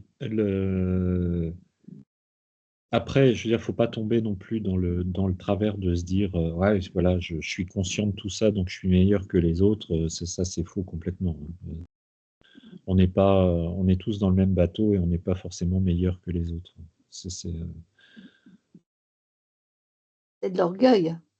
de l'orgueil, oui, tout à fait, absolument. Ah, ben, comme on disait tout à l'heure, hein, quand on en parlait avec Magali, bon, on est ce qu'on est, Ouais. on fait ce qu'on peut, on fait au mieux, et puis ben, l'essentiel c'est d'avancer. Même si on avance doucement, l'essentiel c'est d'avancer. Ouais. Je vais vous montrer une image de cette bande dessinée. Franchement, c'est un bouquin que j'ai bien aimé, hein, parce que il explique les choses de façon simple. Et moi, je suis assez ouvert parce que dans ces questions de dire qu'est-ce qu'on fait maintenant sur Terre, vous avez différents individus, hein, qui ont des positions différentes. Vous avez Jean Covici, qui lui est quelqu'un que je trouve qui est très raisonnable. Euh, il, euh, alors attendez, où est-ce qu'il est? Voilà, c'est celui-ci. Lui, J'ai il mis le- dit, réfléchissons maintenant, hein, avançons doucement mais sûrement. Essayons de le faire progressivement, de façon programmée, hein, pour éviter de le subir. Hein. Donc lui, c'est quelqu'un qui est un partisan de la méthode douce. Donc là, vous voyez Mère Nature, hein, qui est illustrée par cette femme avec une belle chevelure. Hein. Tu es en train d'épuiser mes ressources, mon petit. Hein. Hein, quoi? Quelqu'un me parle? T'as entendu quelque chose, toi? Non? Croissance, moi, rien du tout. Croissance, croissance. Hein. Donc, voilà l'humanité dans laquelle on est aujourd'hui. Hein. Voilà. Et donc, vous avez après, toute là, il dit voilà comment on fonctionne aujourd'hui. Hein. On a la terre, on est en train de pomper toutes les ressources de la terre, on a des usines qui polluent et qui produisent du pognon, et puis ben, les voitures, tous ces biens de consommation qu'on fait. Hein. Voici tout ce qui nous intéresse, c'est les ressources. Et là, du coup, il y a Dupin qui monte là, on dit attendez, pas si vite, réfléchissons un petit peu quand même, hein, parce que énergie non renouvelable, espèces animales, matières premières, même les énergies renouvelables, il y a un moment donné, on arrive à une limite et ça passe plus, quoi. Hein. Alors que M. Say, S-A-Y, je ne sais pas si vous le connaissez, c'est un économiste, tout le système économique aujourd'hui est encore fondé sur les fondements qu'il avait établis. Et donc, dans le livre, qui date à peu près de la naissance de Kardec, hein, 1804 par là, il dit les ressources naturelles sont inépuisables, ce n'est pas un sujet pour l'économie. Et encore aujourd'hui, notre économie, donc en disant il faut tant de croissance par an pour réalimenter, pour ci, pour ça, hein, eh ben, aujourd'hui, on commence à se rendre compte que ce n'est pas tout à fait comme ça, hein, que les ressources de la planète ne sont pas infinies et qu'il y a quelque chose de fondamental à changer dans notre système économique aujourd'hui. Mais ce n'est pas en faisant les sourds et puis les aveugles qu'on y arrivera. D'accord? Donc voilà un peu le style de ce livre. Après, à côté de Jean-Marc Jancovici, ça y est, le prénom est revenu, vous avez d'autres comme Aurélien Barraud. Est-ce que vous connaissez Aurélien Barraud? Non plus. Regardez une vidéo ou deux. Alors lui, il dit, il est adepte de la méthode radicale. Hein. Lui, il dit, faire des voitures électriques, c'est une connerie. Il faut aujourd'hui, tout de suite, complètement arrêter de faire quelque voiture que ce soit. Voilà sa méthode à lui. Alors bon, c'est pas si simple. Alors là, c'est le grand saut, quoi. Faut revenir 2 siècles en arrière, quasiment de façon instantanée, quoi. Hein. Alors qu'avec la technologie, avec le renouvelable, on peut quand même atténuer un petit peu ce changement et faire de sorte qu'il ne soit pas aussi radical que ça. Hein.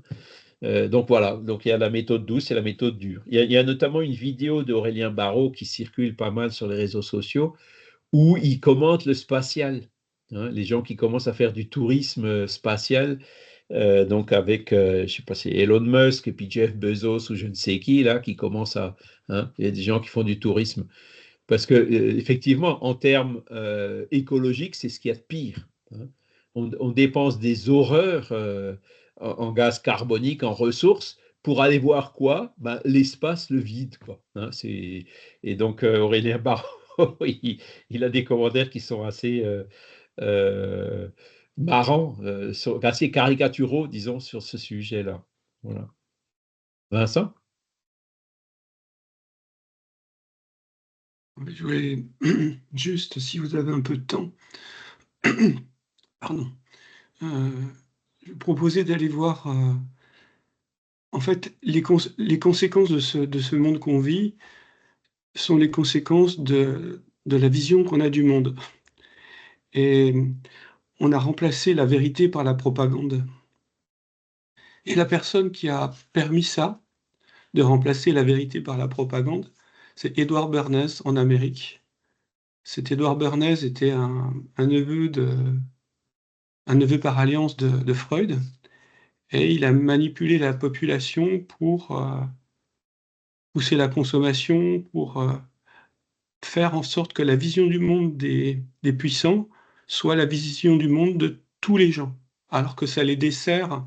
C'est-à-dire qu'à aucun moment on s'est posé la question sur le bien commun, parce que là, quand on parle d'écologie, c'est qu'est-ce qui fait partie des ressources, et ces ressources comment doit-on les gérer? Est-ce qu'on doit les gérer de façon capitaliste, c'est-à-dire que chacun doit en prendre le maximum et en utiliser le maximum, ou les voir comme un bien commun et les partager? Et c'est ce thème qui n'est pas abordé en fin de compte, parce que les puissants à l'heure actuelle font en sorte que on a remplacé la vérité par la propagande. Voilà. Et Edward Bernays est un des artisans de cette manipulation mentale qui, par la domination de la pensée américaine, a infusé à travers nos sociétés, et la société française, l'Europe, et le système économique a eu une grosse influence sur nos façons de se projeter dans le monde. Donc, si vous avez un peu de temps, Edward Bernays, c'est intéressant. Ben, oui, voilà, donc en fait, tu as tout à fait raison. Et comme tu l'as dit tout au début, tout est une question de quelle est la vision qu'on a de notre monde. Hein. En fait, tout est là. Hein. Qu'est-ce qu'on veut pour notre planète? Et c'est là où le spiritisme nous pousse justement à nous interroger. Hein. Mais Charles, on nous a vendu le monde, moi, quand j'étais gamin en tout cas, le progrès, quoi. C'est-à-dire, Ouais, on on nous consomme, offrait des livres sur le Concorde, on nous offrait des livres sur le paquebot France, sur le plastique, c'est fantastique, mais il n'y avait aucune réflexion sur la conséquence de ce progrès. Et exactement. c'est de ça qu'on est en train de parler, quoi. Quelles sont les conséquences du progrès? Est-ce que le progrès, c'est d'avoir plus, ou le progrès, c'est de vivre mieux ensemble? Et je pense que la réponse, elle est assez simple. Qu'est-ce que c'est les lois morales? Qu'est-ce que c'est progresser? C'est apprendre à interagir de façon heureuse. Et c'est difficile pour l'instant. Ben voilà. Ben, là, tu touches effectivement au but du spiritisme, qui nous amène à prendre du recul, à réfléchir. Hein. On se réincarne dans la matière, pourquoi? L'essentiel en nous, c'est quoi? C'est la matière? Non, c'est l'esprit.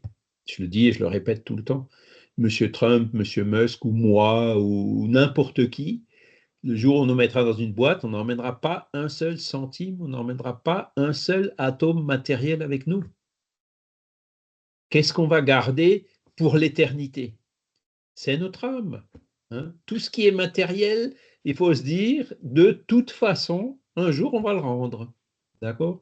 Ceux qui pensent que quand on meurt, tout est fini, j'en profite un maximum tant que je suis là parce qu'après, il n'y a plus rien. Mais dès qu'on devient spiritualiste, et c'est ça le grand point qui va faire changer les choses, quand on devient spiritualiste, donc on est convaincu que la vie continue après la mort d'une façon ou d'une autre, là, ça va nous faire changer complètement enfin, avec la réflexion, ce ne sera pas instantané non plus, hein. Même chez les spirites, il y a encore des gens qui sont très attachés à leurs biens matériels et tout, hein, faut pas croire, hein, ça demande un travail, et c'est ça aussi, à ça que sert la réincarnation, pour justement travailler et avancer. Hein. Mais on sait que toutes ces choses matérielles qu'on a, du jour au lendemain, on peut les perdre. Vous voyez, là, on est ensemble. Hein. Donc, on a des ressources matérielles qui nous sont bien utiles, qui nous servent pour pouvoir parler ensemble, pour pouvoir réfléchir ensemble, pour réfléchir à une vision du monde ensemble, hein, comme vient de le dire Vincent. Mais demain, il suffit un météorite qui fait une razzia sur des satellites géostationnaires, et puis on pourra plus se communiquer comme on se communique. Si on n'a pas d'électricité, on ne peut pas. Hein. Ou alors, il faut se mettre sur un vélo et pédaler. Il faut avoir des ordinateurs qui consomment beaucoup moins, qui sont peut-être moins puissants, qui sont peut-être plus lents, et j'en passe. Vous voyez? Donc, on a aujourd'hui du confort matériel, enfin, on a des outils matériels, on s'en sert. Hein. Ce n'est pas parce qu'on est spirit qu'on dit non, non, on est ascète, on ne va rien faire, on va se serrer la ceinture à tout va. Non, mais il faut utiliser le matériel à bon escient. Il faut utiliser le matériel pour le nécessaire, couper tout ce qui est superflu, et même le nécessaire, il faut le voir avec une vision nécessaire à quoi? À l'évolution de notre âme. C'est ça le plus important dans notre réincarnation. Le jour où on aura vraiment compris ça, le jour où une majorité de l'humanité aura compris ça, le monde sera complètement différent. Et je vous assure qu'on pourra vivre à 20 ou 30 milliards sur la planète sans aucun problème. Hein. Aujourd'hui, on voit qu'à 8 milliards, on est déjà, voilà. C'est ce que je disais encore hier, hein. quand je regarde le voisin qui a sa Jeep 4x4 avec un moteur de 3 litres, ou la voisine hein, qui utilise la voiture pour emmener son gamin à l'école qui est à 500 mètres, je me dis, attends, il y a quelque chose qui ne va pas. Hein. Il y a un potentiel d'économie qui est gigantesque. Hein.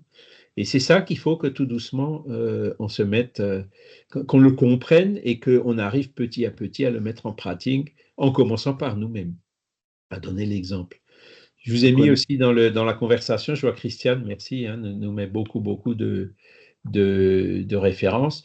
Je vous ai mis le lien vers Gallica où vous pouvez télécharger le volume 1 de ce traité d'économie. Il y a aussi un volume 2, vous le trouverez assez facilement à partir de ce volume 1. Et c'est là-dedans où il est dit que ce bouquin-là est toujours encore la base de notre système économique mondial aujourd'hui. Et alors, là où Vincent a raison, comment s'appelle déjà cette personne, cet Américain dont tu parlais, qui était neveu de Freud?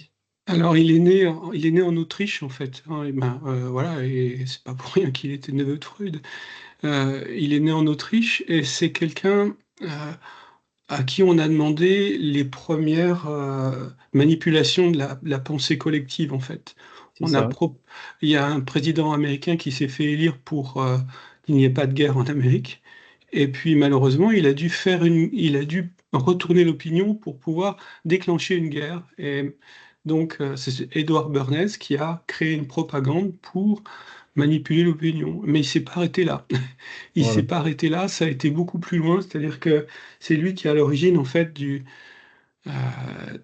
la manipulation de masse qui fait que chaque individu est responsable de son bonheur et que c'est de sa faute s'il ne réussit pas. Donc, voilà, c'est ce qu'on est en train de vivre. Pourquoi on parle de spiritualité?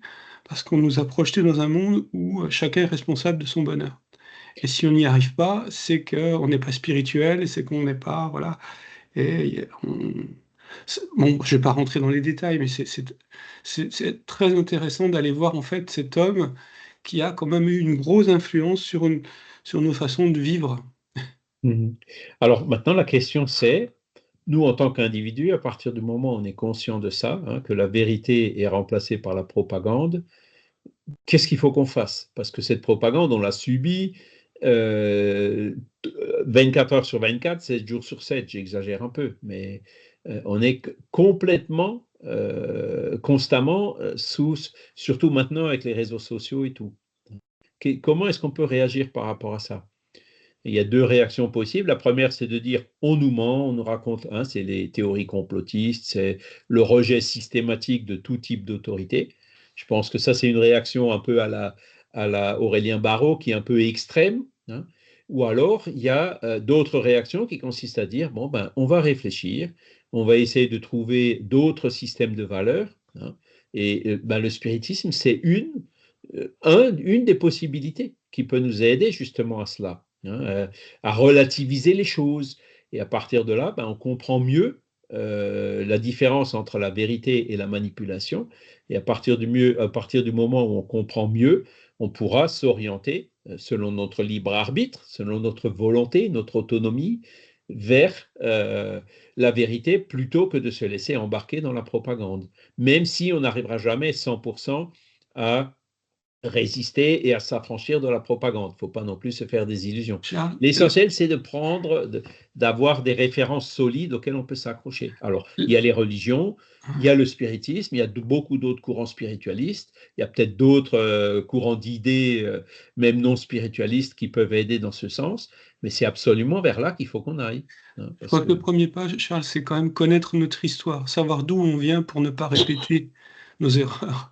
Ben c'est ça, Jean-Baptiste Say ou Edward Bernays hein, ou d'autres. Hein, connaître notre histoire, voir les erreurs qu'on a pu faire, et puis à partir de là, en tirer les leçons pour, dans l'avenir, éviter que les choses négatives se reproduisent ou se perpétuent. Hein. Et à titre individuel, on peut intégrer les lois morales qui nous permettent d'interagir de façon plus harmonieuse avec les autres. Hein. Ouais. Par exemple, tu parlais de loi du libre arbitre. Ça a des conséquences sur quand on est en position d'autorité. C'est-à-dire que On est ça. en position d'autorité quand on a des enfants, puisqu'on doit veiller à ce qu'ils grandissent.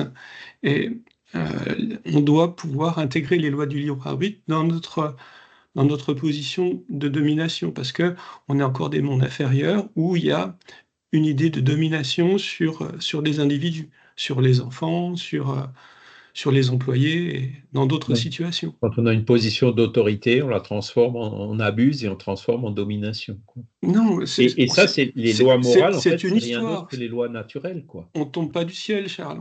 On est le fruit d'une histoire et il faut l'accepter.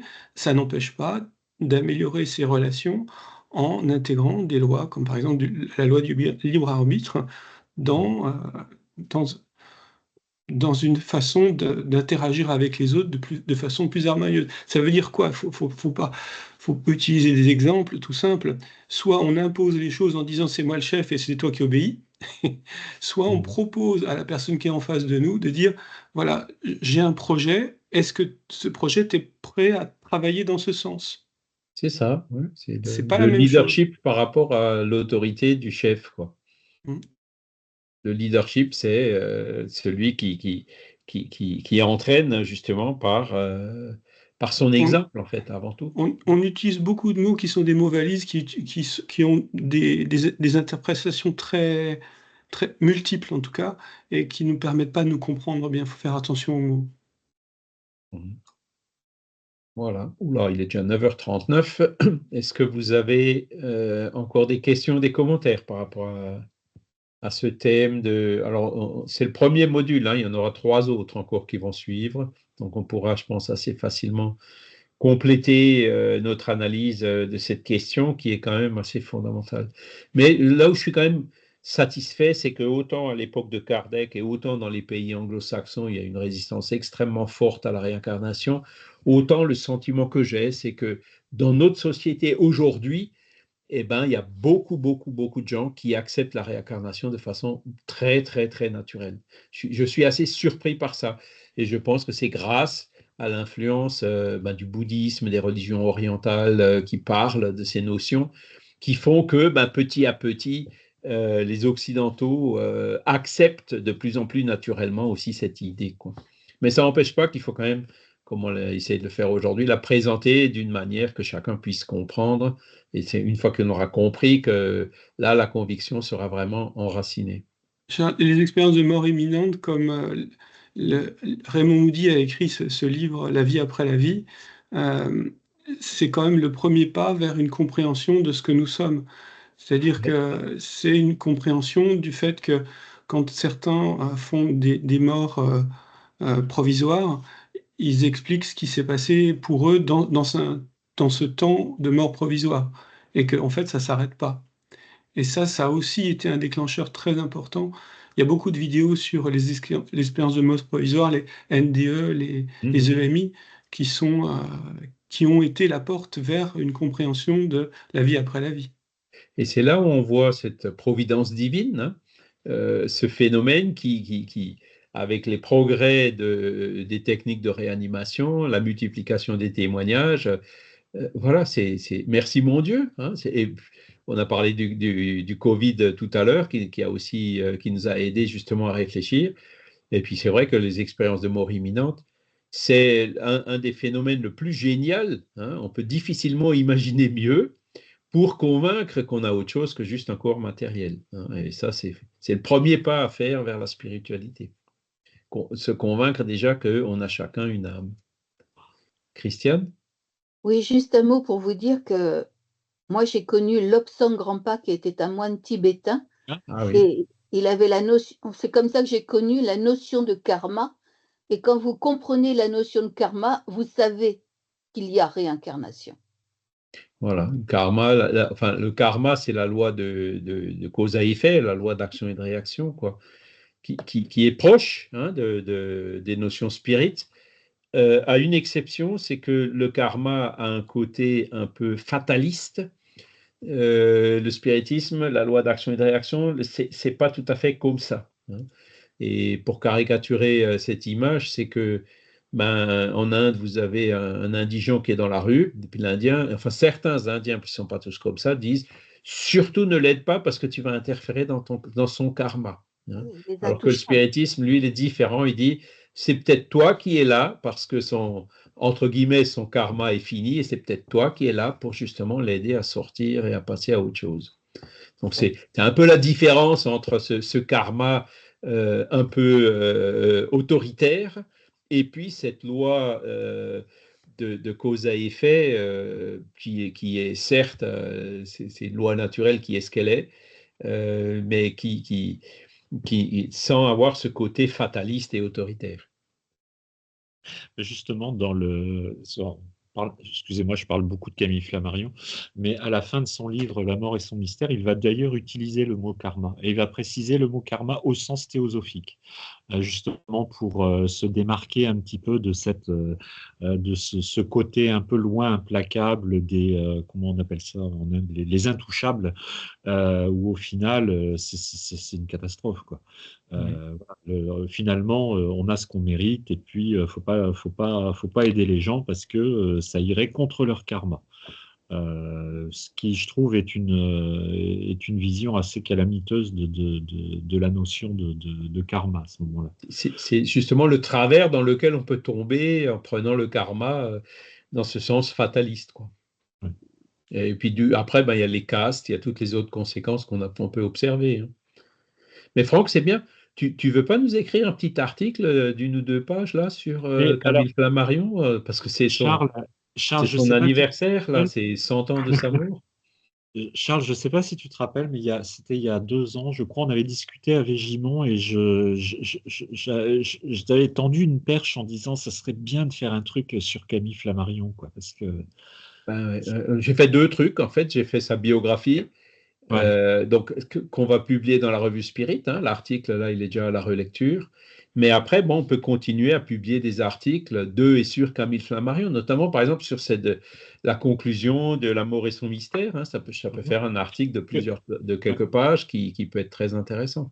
C'est quelqu'un qui a connu Alan Kardec, qui a fait son éloge funéraire, qui ensuite a eu une vie de scientifique où il s'est réinterrogé sur ce qu'était le spiritisme et tout. Moi, ce que j'aime chez cet homme, c'est à la fois son assurance et non pas ses doutes, mais ses questionnements.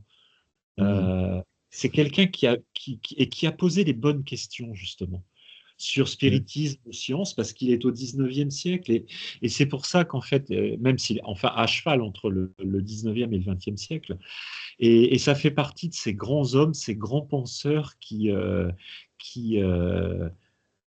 voyaient juste, quoi. C'est peut-être pour ça que je suis toujours resté un peu sur les pères fondateurs, entre guillemets, comme Léon Denis. C'est ça, voilà.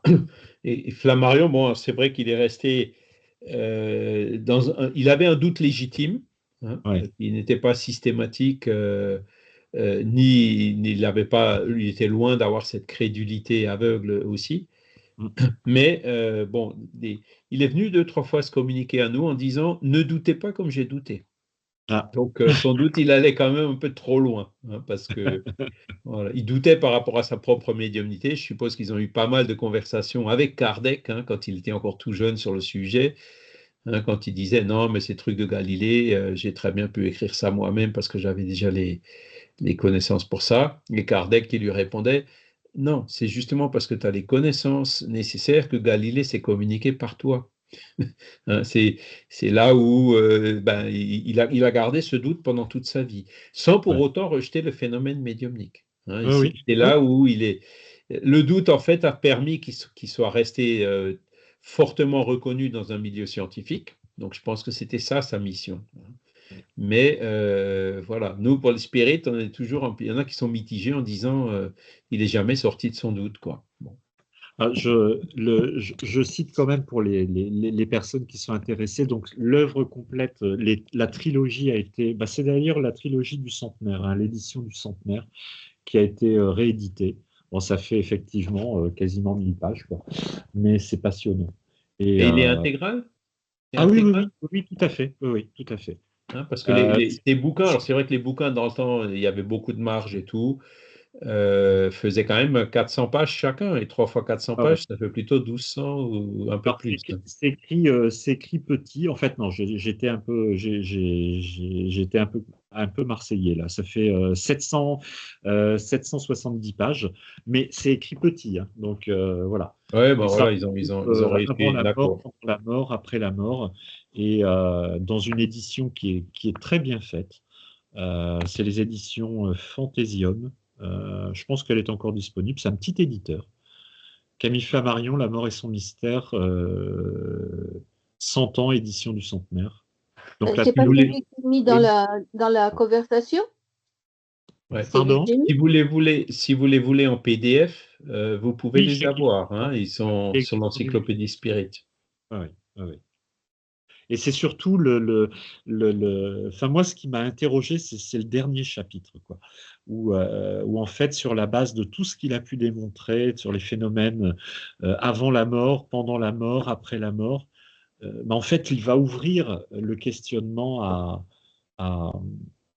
à ce qu'il vit à son époque, à la lumière des connaissances scientifiques de son époque, et voilà, quoi. Mais Si tu as envie de faire un petit article là-dessus, il sera le bienvenu. petit article. Ouais, ben, 1 page, 2 pages, 3 pages, pas plus, quoi. Ouais, pourquoi pas. Mais moi, je suis intéressée aussi pour Radio Kardec. Voilà. Ah oui. Hein, Franck, Alors, si tu peux le, travailler, l'écrire, oui, tu peux me le alors, transmettre? pour l'anecdote, à 80, non même pas, 70 km de chez moi, il y a un petit éditeur qui s'appelle JMJ Ah, Édition, bon Jean-Michel site. Gantier, voilà, qui a réédité un inédit de Camille Flammarion, Ouais, c'est ça, ouais. ouais, qui est très très intéressant, très très intéressant. Voilà, mais je vous propose quand même qu'on s'arrête là pour aujourd'hui, hein. On va remercier aussi tous les bons esprits qui étaient là pour nous aider, pour nous conseiller, pour nous orienter dans ces réflexions qui sont quand même assez fondamentales pour savoir ce que nous sommes, d'où nous venons et où nous allons, quelle est la vision que nous voulons pour notre monde demain et qui nous permettent justement de travailler sur nous-mêmes pour aller dans le bon sens. Et on espère aussi qu'on a pu être utile pour les esprits qui étaient avec nous aujourd'hui, hein, et que cela puisse aussi les aider à continuer leur chemin, à apporter leur petite pierre à l'édifice d'un monde meilleur. Voilà, ben, je vous remercie infiniment, hein, et on se donne rendez-vous dimanche prochain pour la suite de la réincarnation. Voilà, merci beaucoup pour votre N'oubliez pas, participation, Charles. pour vos échanges. Merci. Au Merci. revoir. N'oubliez pas, Charles, de mettre Franck Dimanche. pour cet après-midi, Léon Denis. Oui, alors Franck, tiens, si tu peux maintenant Attends, je vais couper l'enregistrement. Oh, oui, enfin, après, c'est pas. Ouais. Arrêter l'enregistrement. Arrêter. Voilà.